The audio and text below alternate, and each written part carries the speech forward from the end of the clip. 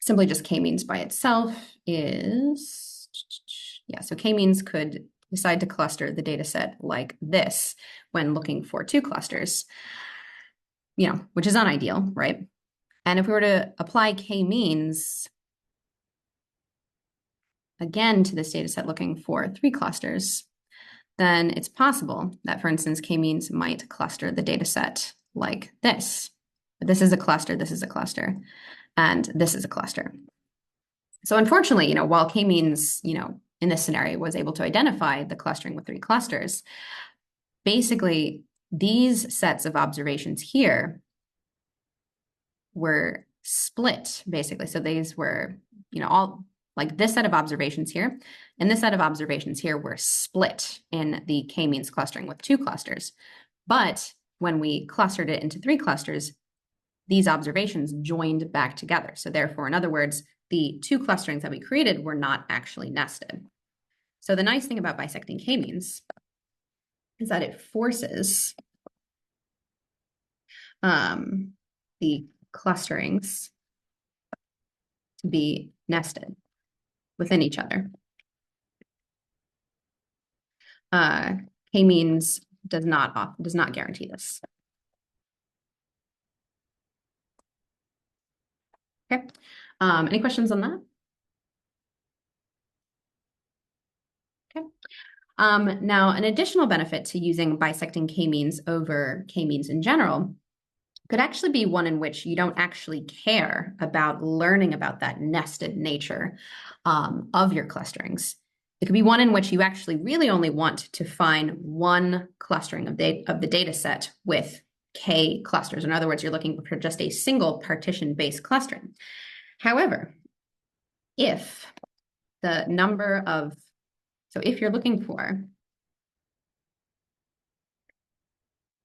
a single partition-based clustering, but the number of clusters that you're looking for is large, then what we actually end up seeing is that using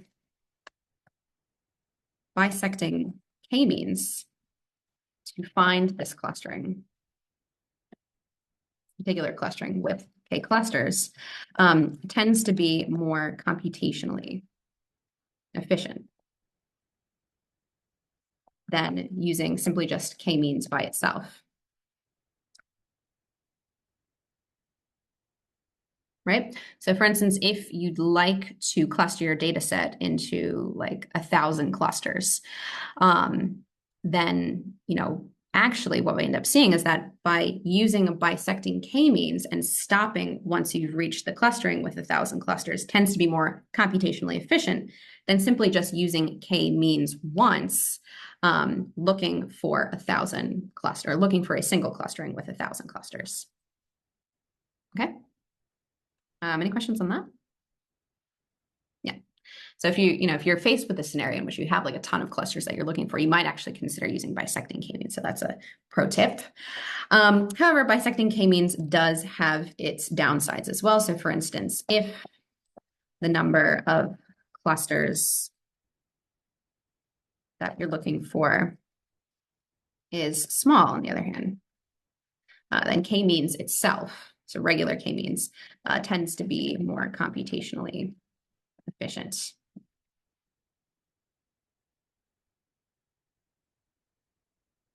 Okay. And yeah, so that's some pros and cons that we would want to think of when it comes to using, simply just bisecting k-means over k-means. So for the first pro, is it k-means does guarantee this or k-means does not guarantee this? Let's see here. Oh, sorry. Yes, thank you. K-means does not guarantee this. Thank you. Yeah, someone's asking, what is the trade-off roughly between large and small number of clusters? So that's going to depend on your data set size as well. So there's there's some computational complexity proofs that you could run that give you a sense as to what is that threshold. But unfortunately, I don't have quite the amount of time to discuss that proof here in the lecture, but if you wanted to, you can drop by office hours we can kind of go through that proof if you'd like. Okay. Any other questions? Okay. So now in addition, we discussed, we can use an agglomerative hierarchical clustering algorithm, or we can use a divisive hierarchical clustering algorithm. So we might want to think about what are some of the pros and cons of these two different types of hierarchical clustering techniques. So one of the downsides that we saw, or actually let's talk about the upsides first, of agglomerative hierarchical clustering. So one of the reasons why agglomerative hierarchical clustering algorithms are more often used than divisive hierarchical clustering algorithms is that technically agglomerative hierarchical clustering algorithms are more computationally efficient than divisive hierarchical clustering algorithms. Now, I'm going to be specific about what types of algorithms are more computationally efficient. So this is specifically when we're focusing on the optimization problems that the algorithms are based on. Okay, so basically, k-means is actually a very efficient algorithm. So k-means by itself is actually more computationally efficient than any of the hierarchical agglomerative clustering algorithms that we discussed. But what we want to think about is, what is the actual thing that we are trying to optimize in each step of each of these two different types of hierarchical clustering algorithms. So for an agglomerative hierarchical clustering algorithm, each step is simply just asking the question, how do we find, what are the two clusters that are closest to each other? Or in other words, optimize, or basically how do we optimize the smallest distance between two clusters that we could merge? So basically, finding the solution to that optimization problem in a given step of the agglomerative hierarchical clustering algorithm is relatively easy. So it's O(n) squared, basically. So basically, we simply just have to construct our proximity matrix, and our solution to that optimization problem is simply just to select the two closest clusters. So basically, simply just the act of scanning that proximity matrix. On the other hand, when we are determining, how we should go about splitting a selected cluster, from, or in the divisive hierarchical clustering algorithm, the actual optimization problem itself is much more computationally complex. So let's just say, for instance, the way that we wanted to split a given cluster was based on the k-means optimization problem. So basically, the k-means optimization problem we discussed is a NP-hard problem.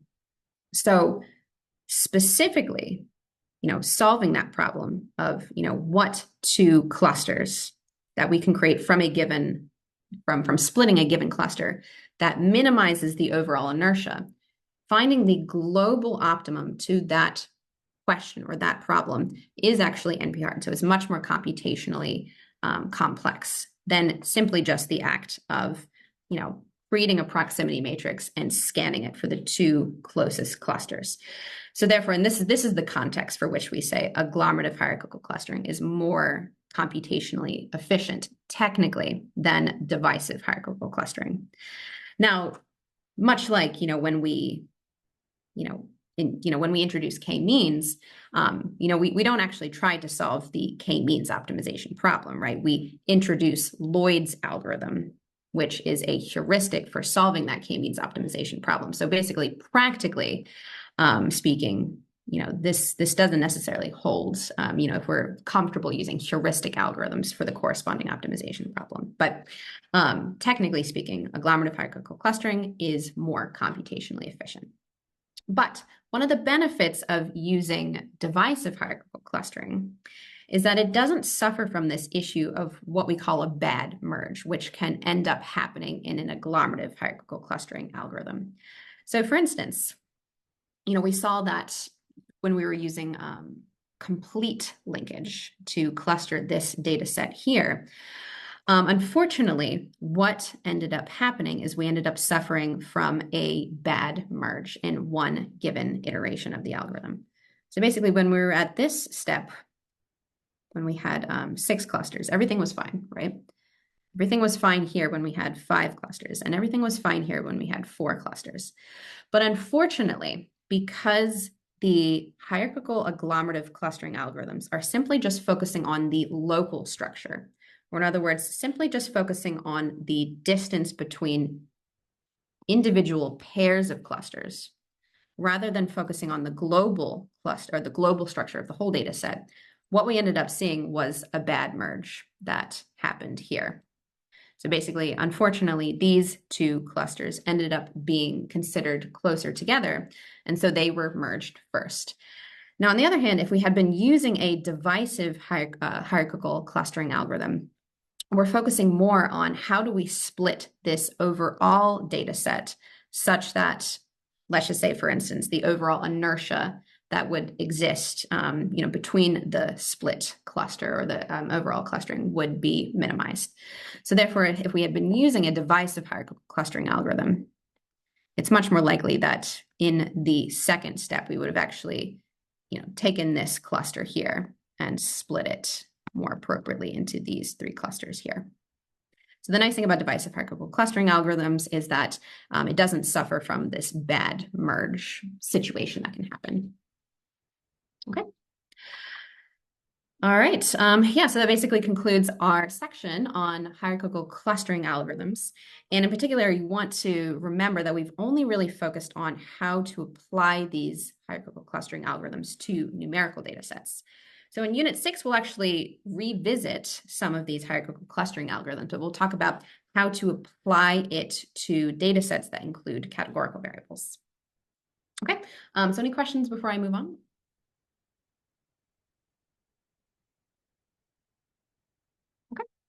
Cool. So moving on to Unit 6.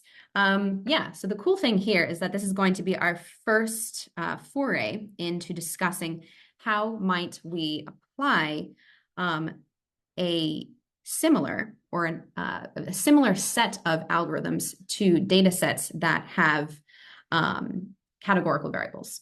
So basically, we're going to split this unit into 2 types of scenarios. So we're going to talk about how to employ clustering algorithms to data sets that are purely categorical, or basically comprised of purely categorical variables.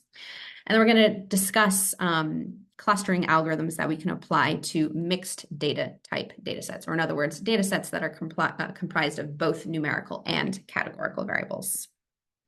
So for instance, the data set that we're going to be looking at here in this application is comprised of, a mixed data types data set where we have a couple of numerical variables and a couple of categorical variables. And these are basically a set of people that are bank customers. And so, for instance, the bank who has generated this data set about each of the customers might be, for instance, curious to know if there exist natural groupings or a clustering structure of the clients, if we're simply just focusing on just the categorical variables. And they might also be interested to learn if there exist these natural groupings or clusters of bank clients when we consider the entire data set, so the numerical variables and the categorical variables. So we're going to learn about how to basically make a slight modification to the TS&E algorithm such that we're actually able to visualize the clustering structure of purely categorical variable data sets as well as mixed data type data sets here. So this is going to be, for instance, one of the TS&E plots that we could that we're going to generate, in which we can see that there is in fact actually this association between, for instance, the way that the clients were contacted about the bank loan. So we can see that there's this TS&E plot suggested cluster here. There's one here, and we do see this strong association between, for instance, whether they were contacted by a cell phone or whether it's unknown how they were contacted. And we can see also this relationship showing up between, for instance, some of the subclusters and the education level of some of these bank clients here. And then we're also going to talk about how to make a slight adjustment to the existing agglomerative hierarchical clustering algorithms that we've discussed to, basically cluster purely categorical data sets as well as mixed data type data sets. Okay. So before we get into these slightly modified clustering algorithms that we're going to talk about in this unit, we want to think about what are going to be some of the pitfalls if we were to simply just take a data set with categorical variables, perhaps encode it with this particular type of encoding here, and then simply just try to cluster that data set using some of the numerical clustering algorithm techniques that we've discussed. So I'm going to open up some breakout rooms, and I'd like for you guys to discuss the following questions about a data set such as this. So for instance, we have a data set with 5 observations, and we have 2 categorical variables here. So we have what your college major is, where do you live? And so for instance, we've encoded these categorical variable values as such, where like math major is 2, history major is 1, so on and so forth. So we want to ask ourselves first, are these encoded variables that we've represented here, are these numerical or are they still categorical variables? So that's one thing that you guys should discuss. And then the next question is, suppose we were to apply k-means to this data set here, as well as the TSNE algorithm. And so we want to think about how might we be misrepresenting the nature of the similarities of the objects if we were to do this. Okay, so that's another question you should discuss. And then the final question is, so let's just say, for instance, we had a slightly different data set here. So we had 1,000 students. One of them was a categorical variable in which we represented, 1 for Champaign, 0 for Urbana, and 1 was a numerical variable. So this is technically a data set that we could, in theory, plot, on or in a scatter plot, right? So you'd want to think about, would we think that k-means would work well if we were to cluster a data set such as this? So that's the third question that you should discuss. Okay, so I'm going to open up the breakout rooms and we'll talk about it for a few minutes, and then we'll meet back and discuss. Okay, and you can choose your own rooms. But in the interest of time, I will start making assignments.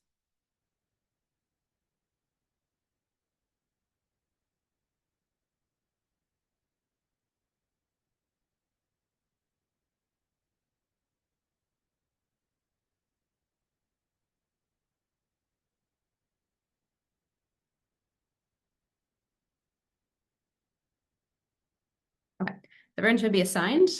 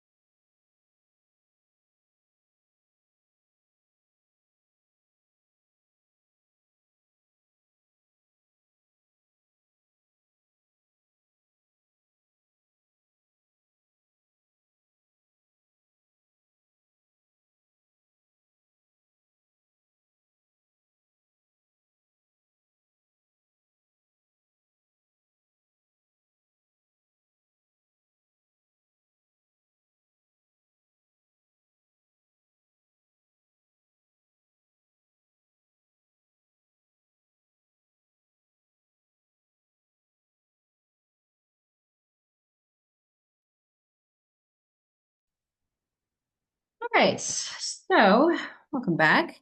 So let's go over the first question here. So I just posted a Zoom poll. So do we think that these encoded variables here are actually numerical variables, or are they still categorical variables?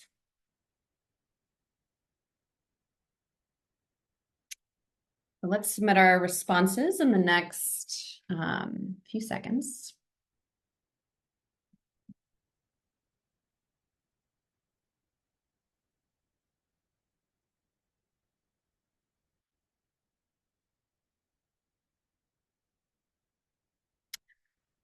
Oh, sorry.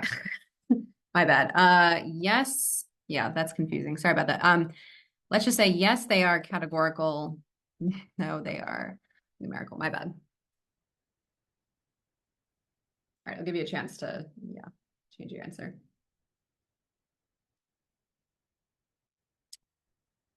Okay.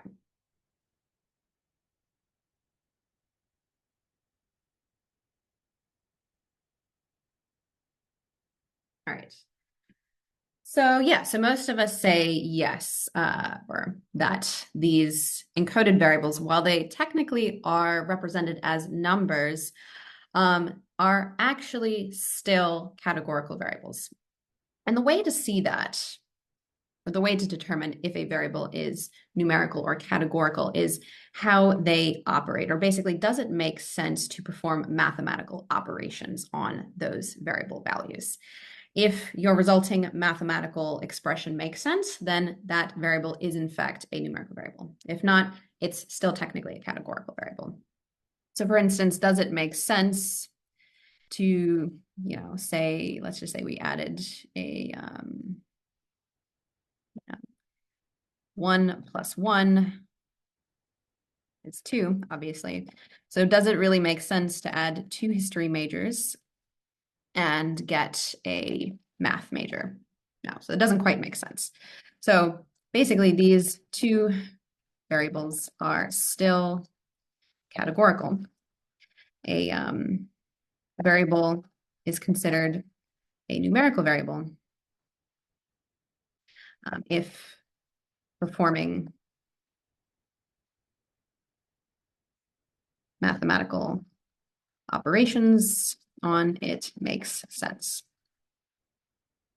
Okay, and so the question as to whether mathematical operations make sense on this given data set is going to play into whether or not it makes sense for us to subsequently cluster these numerical variable, or these encoded categorical variables using one of our algorithms like k-means that is only intended to be used for numerical variables. So I'm curious what you guys said for this. So suppose we were to apply k-means or the TSNE algorithm on this data set here. So the first question is, how would we be misrepresenting the nature of the similarities of the objects in this data set if we were to do this?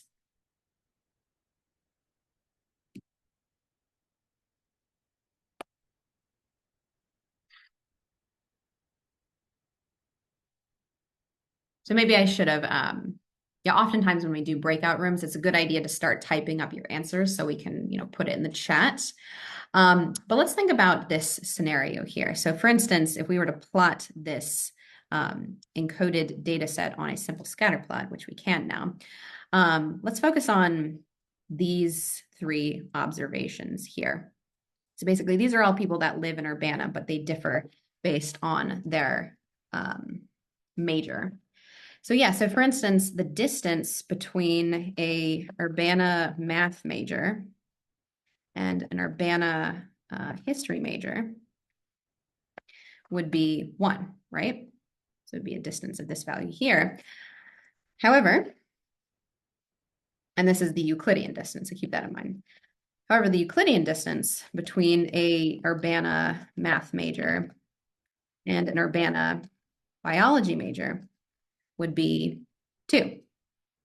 So remember, when we use the k-means clustering algorithm, we use the squared Euclidean distance to measure how similar 2 pairs of observations are to each other, essentially.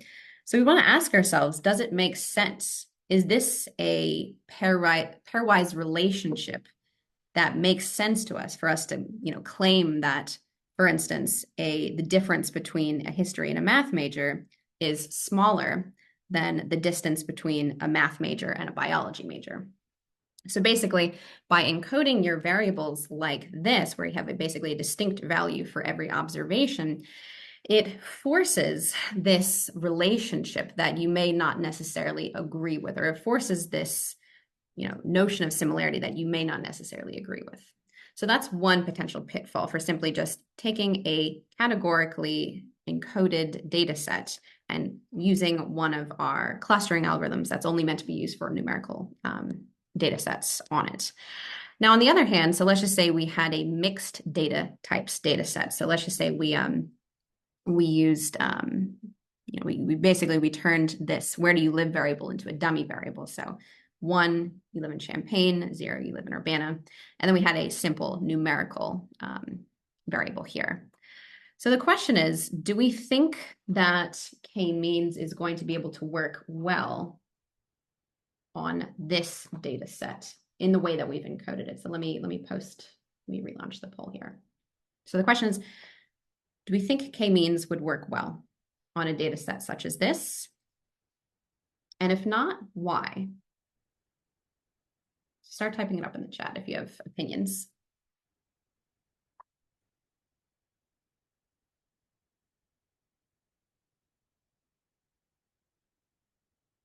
Okay, so try to submit in the next few seconds.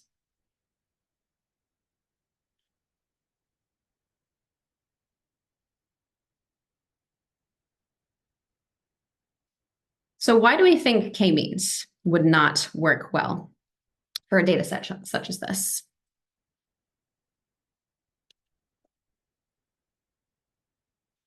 Yeah, so rather than clouds of data, it will just form lines. So what are these lines? So let's think about the ideal properties that are for a given data set that k-means is most suited for. So which of the ideal properties does a data set like this not meet? Exactly. Yeah. So these, let's just say, let's just say these are clusters. So in no way, shape, or form do we actually see spherical clusters in this data set, right? So no. So we're basically, there are not spherical clusters in this data set. And let's just say, for instance, age, there was a gap like in the age variable. So maybe it was something like this. And so again, because, we're representing like a distinct, 0, 1 value here, this cluster, if you will, would be very stretched out. So it would not be spherical. Now, in addition, I don't know if you've seen this yet. So for instance, if you end up seeing a TS&E plot that looks something like this. So we basically just see like a bunch of squiggles, and you have a strong sense that your clustering structure actually is not a bunch of squiggles. This can be an indication that maybe something wrong might have happened. So for instance, like all of these observations correspond to the zeros, and all of these observations correspond to the ones. So this is, if you were to take a data set such as this, where you had like a 0, 1 variable, most likely you will end up seeing TS&E plots that look like this. And the reason why you end up seeing this is for similar reasons like what we saw in the last homework assignment, right? Where like if you have a data set with a discrete numerical variable in which there's not that many distinct values for that discrete numerical variables, then basically the inherent gap that exists between those discrete variable values ends up basically contributing to the clustering structure that the algorithm, as well as our eyes, if you will, is actually detecting in the data set.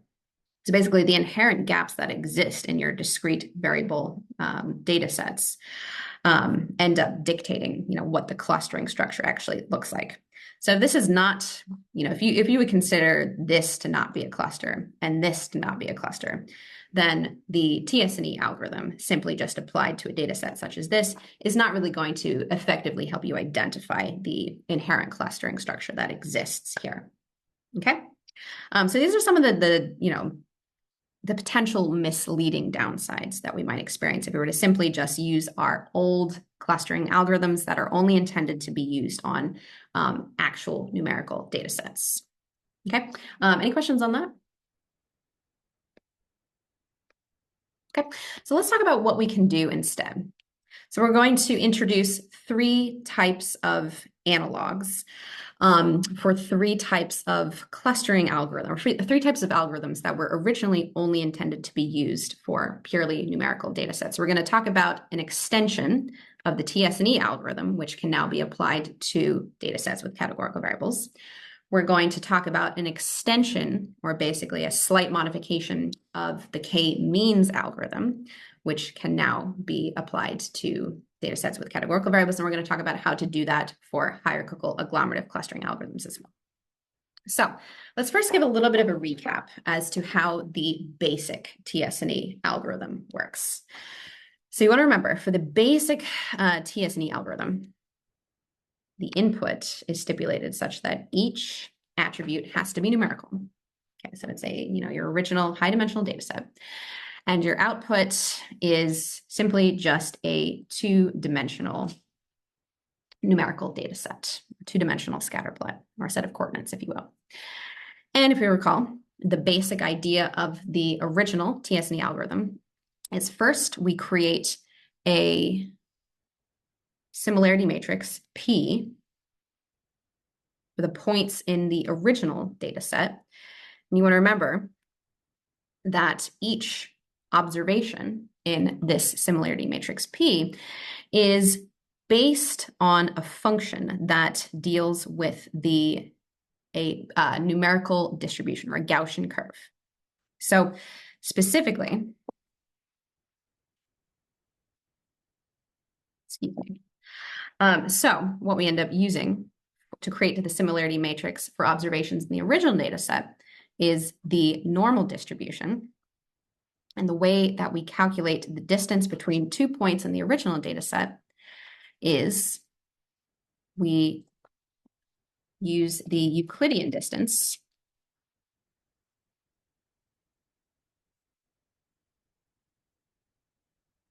we calculate the Euclidean distance between a given pair of points that we're considering. So let's just say, for instance, we wanted to fill out the first row of our matrix P. So in other words, we wanted to find the distance between observation 1 and let's just say observation 2.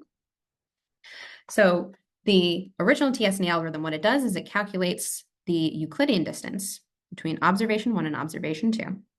Okay, and it finds out how high up on the Gaussian curve that's been centered at 0 that distance value is, and then basically a additional normalization procedure takes place. But basically the distance between 2 points in the original matrix is based on first finding the Euclidean distance between them and finding how high up on the Gaussian curve they are.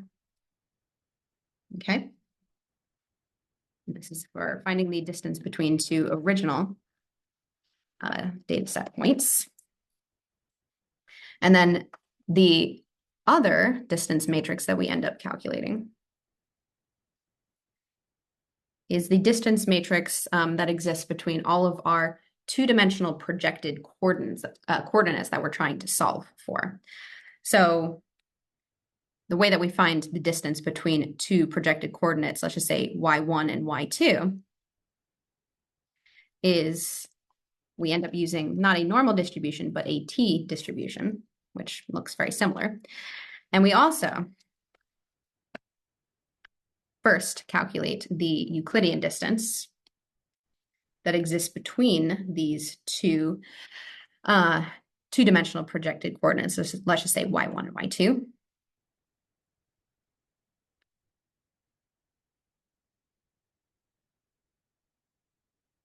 And then what we do is we find how high up on the curve that distance value is on a t distribution that has been centered at 0. And then basically that gives us the numerator, if you will, of the distance between these two projected data set points, y1 and y2. And so what you want to remember is that the way that the original TSNE algorithm works is it solves for each of those two-dimensional TSNE coordinates, y1 all the way up to yn. That minimizes the distance between these two similarity matrices. Okay, so this is all review, but focus, take note of what we were doing here, so because this is going to be the thing that's going to change. So this is the original TSNE algorithm that is only intended to be used for purely numerical data sets. And the reason why this is only intended to be used for purely numerical data sets is because of this part here. So using the Euclidean distance to measure the original similarity between 2 points, let's just say x1 and x2, that are not purely numerical, it doesn't really make sense. So basically, here's going to be our slight modification of the TSNE algorithm, which is going to be able to work out for data sets that do, in fact, have categorical variables.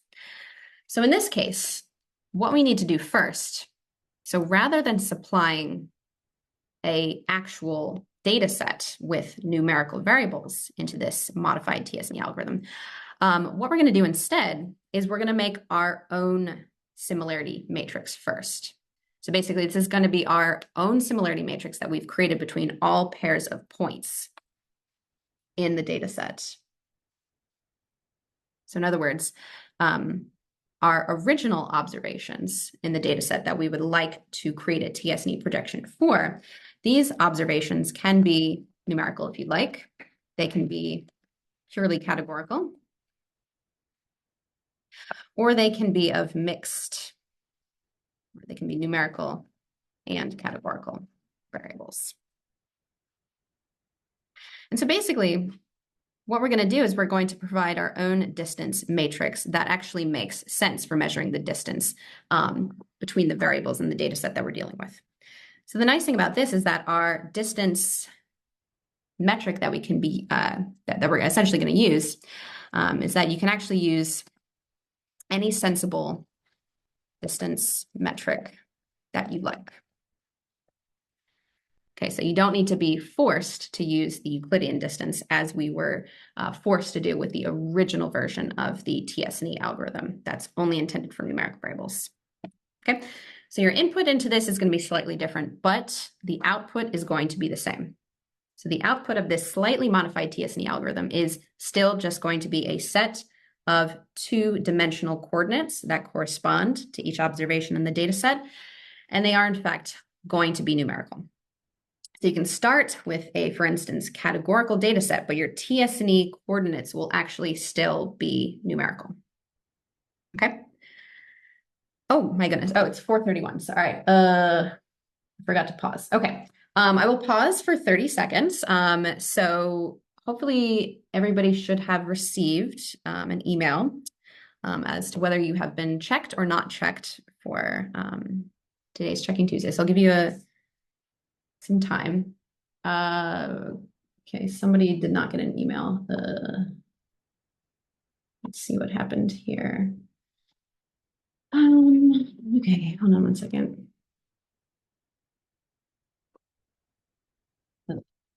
Hopefully those emails went out.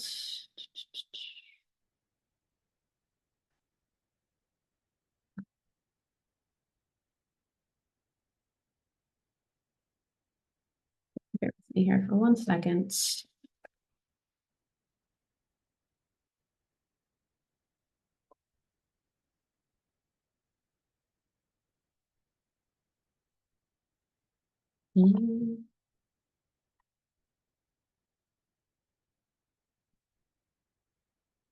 Okay. So I think it does seem like those that were selected did in fact get an email. So for the person who just DM'd me, I'll just respond. That person. Okay, so I think, yeah, we should all be good to go. And again, if you run into any issues, reach out to Jordan. He's there to help.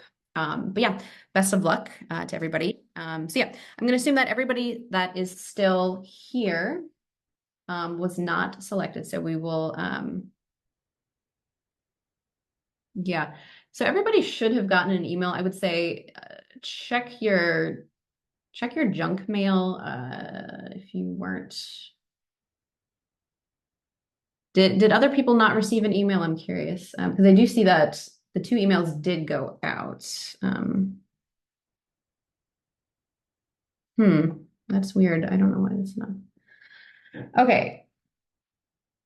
Well, okay. It seems like people, for whatever reason, the people that were not selected are not getting the email. So basically, yeah, I don't know why certain people aren't getting the email. So I would say, yeah, some people that were not selected and people that were selected both got emails. So it might be an issue on some people's ends. Like maybe the email might have gotten sent to junk mail. But yeah, bullet point, if you didn't get an email, it looks like you were not selected. So we're just gonna kind of keep going here. Because it looks like everyone else was in fact able to receive a email. Okay. All right. So if you have any issues, yeah, feel free to reach out to me after class. But yeah, so basically let's move on. So the way that this modified TSNE algorithm works is going to be very similar. So again, we're still going to create this actual similarity matrix P for observations in our original data set.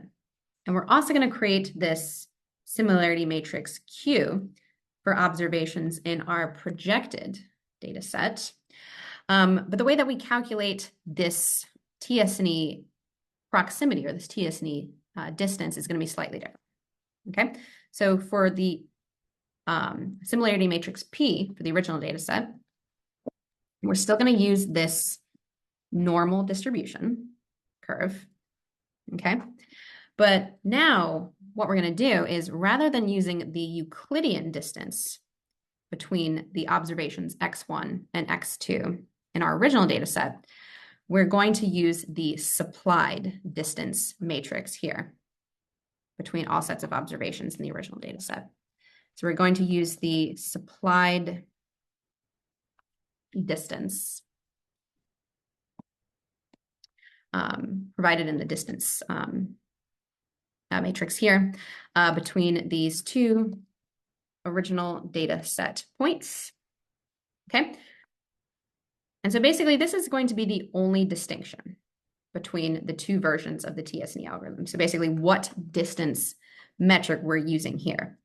But basically once we have this distance metric here, we're still going to center this Gaussian curve at 0, figure out how far up on the Gaussian curve this distance value is, and then that height on the curve would in fact be our corresponding numerator for the TSNE distance matrix P for the actual observations.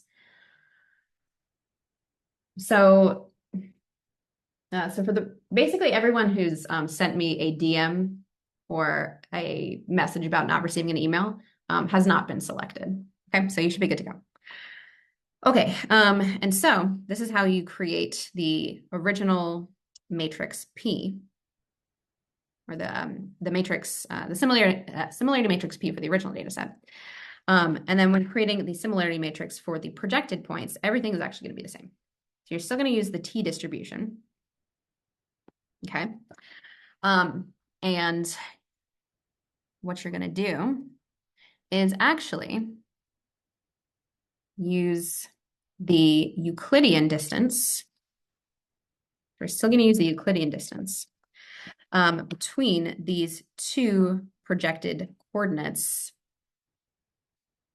that we're solving for here.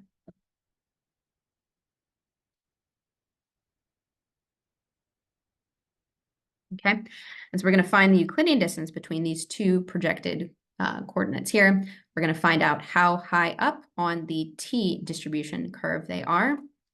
And then basically that height on that t-distribution curve is going to represent a function of the numerator in this Q matrix here. Okay, so basically we've created this slightly different P and Q similarity matrices from the original data set and the projected data set. And our goal for this modified TSNE algorithm is to, again, find these optimal two-dimensional coordinate values that minimize the distance between these two similarities. Okay. All right. So any questions on that? Okay. So we might want to ask ourselves, well, how do we go about, so what is a suitable distance metric to use to measure the similarity between, let's just say, data sets that are comprised of purely categorical variables? So if we're dealing with a purely categorical data set, we might use what we call the Hamming distance to measure the distance between those two observations. So all that the Hamming distance is simply just the number of disagreements or attribute disagreements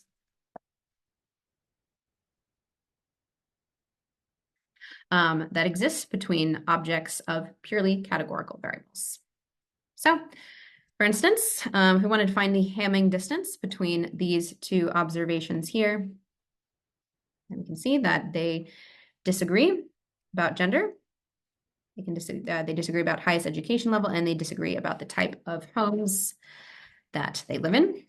So therefore, the Hamming distance between these two observations is 3. We have 3 disagreements that exist between them. Okay.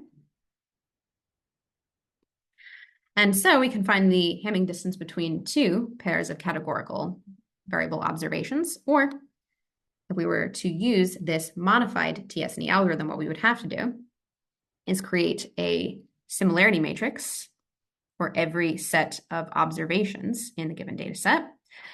So for instance, we can see that object 1 and 2 have 4 disagreements that exist between them.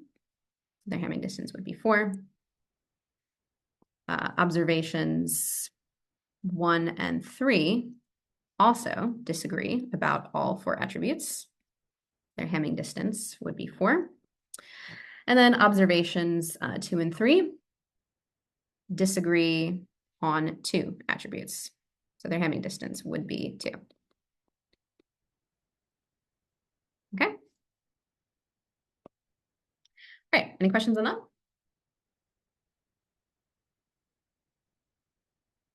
All right, so let's switch gears and let's jump to the application. So let's create a TSNE plot based on the Hamming distance for just the categorical variables in our bank client data set. Okay. So here we have our bank client data set here. And so we can see that some of these variables are numerical and some of them are categorical. So let's just say, for instance, we'd like to apply, so we'd like to create a Hamming distance matrix, and then use that Hamming distance matrix to create a TSNE plot for these variables here. Okay, so now take note, the age variable is numerical.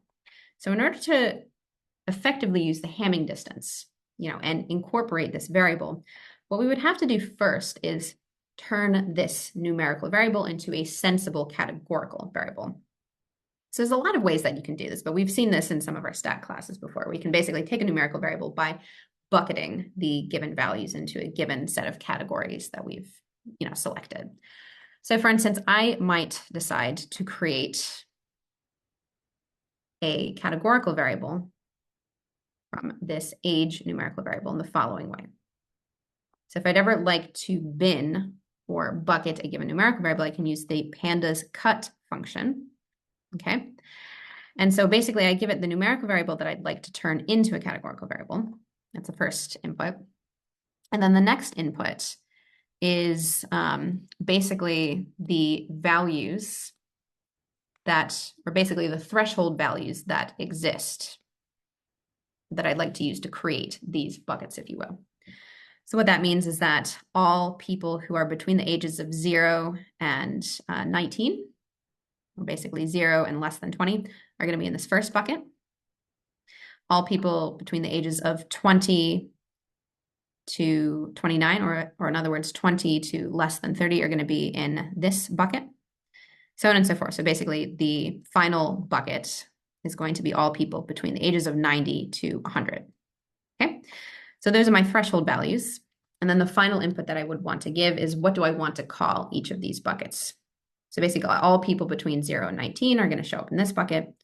All people between 20 and 30 are going to show up in this bucket, so on and so forth. So that creates this age bin here. So I've created a categorical variable from a numerical variable. Okay. And so, for instance, if I'd ever like to quickly describe observations just in a purely categorical data frame, I can use the describe function. And what this does is it shows me, for instance, the mode of that given categorical variable. So in other words, management is the most common job type, and it shows up 12 times in that given variable. Okay. Now, in order to use my Hamming distance matrix, sorry, one second. What I actually need to do first is, so I can't actually use this data frame as it is. I actually first need to use label encoding to encode these categorical variables into basically label encoded numbers, if you will, to get most of my functions in this application to work. So I'm going to do that here first.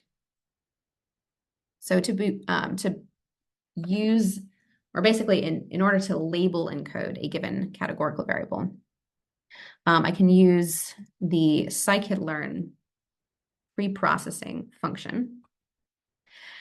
And what I'd like to do, in order to allow myself to unencode my encoded variables, I'm actually going to first create an empty dictionary.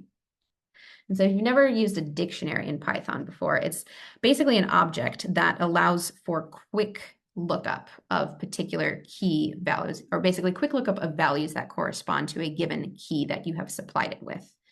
So basically, if you have a dictionary, each dictionary comes with a key and a corresponding value that corresponds to it. So for instance, if I wrote this, so if I use this particular key, it would give me the corresponding value output. So in order to perform my label encoding, what I'm going to do is I'm going to cycle or iterate through each of my column values in my df cat, or my original data frame here. Okay. And then I'm going to use my pre-processing label encoder function. Okay. And basically what this label encoder function is going to be, or what I'm creating here is I'm creating both a key as well as a corresponding value that corresponds to it. So basically I'm creating a job key like this. And then basically the resulting value is going to be this label encoder object, which is going to contain all of the information about how to encode and unencode the values in this job column here. Okay, so basically I haven't created the encoding yet. I'm simply just creating an object which will basically set up the appropriate encoding and unencoding. Okay, so here's where I actually imply the coding of my job column, for instance. So I'm going to take this label encoder object that I've created here, okay? And then I'm going to apply the fit transform function to this column. So for instance, the job column, okay? So basically I'm going to fit transform this column here. And what the output is going to be, what this is going to do is it's going to create a corresponding label encoded column in my X data frame. So in other words, I'm creating this mapping in which employed corresponds to the number 10, services corresponds to the number 7, so on and so forth. So this encoding is just going to apply to my job column. Okay, so basically I do this for every single one of my columns here. Okay, any questions on that? Okay, so basically this X data frame is actually what we need to use in order to create our Hamming distance matrix. So we're going to, very quickly, we're going to take that encoded X data frame here. Okay, we're actually going to apply two functions to it. So I'm first going to use the pdist function, which basically creates a Hamming distance matrix by specifying the parameter Hamming for the metric. And if I were to use pdist simply just by itself, technically it does give me a similarity matrix or a Hamming distance matrix, but it's basically a matrix that has been flattened, if you will. You want to remember pdist gives a flattened distance matrix. Okay. So in order to actually use the TSNE algorithm, we actually want to take that flattened distance matrix and put it into a square form distance matrix like this. Okay.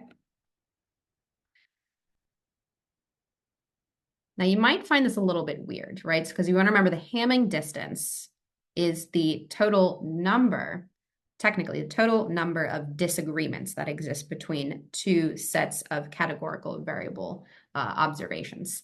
So now technically this Hamming distance metric that corresponds to pdist is not actually giving you the actual Hamming distance, it's giving you a normalized Hamming distance between 2 points. So it's actually, what this is actually returning is the total number of disagreements between 2 points divided by the number of attributes in the data set. So for instance, this, we have 10 attributes in the data set. So what this means is that these two observations disagree on eight attributes essentially. Okay. So basically we're going to take this distance matrix that we've just created, and we're going to use that rather than the original data set. We're going to use that distance matrix as the input into our TSNE function. So we basically use the TSNE function the exact same way that we did before when dealing with numerical attributes. But the only distinction is that we're specifying here that rather than using the original data set, we have pre-specified our own similarity matrix instead. Okay, so basically that will return a resulting set of TSNE plots, which we'll talk about on Thursday. Okay, so sorry about that. It was a little bit wordy today. Trying to figure out what's going on with the emails. If you didn't get an email, double check your junk mail first. And then I'll try to figure out what's going on, because it seems like some people got the emails and some people didn't. So we'll try to sort that out. Okay, all right, so we'll wrap there. I will stop recording.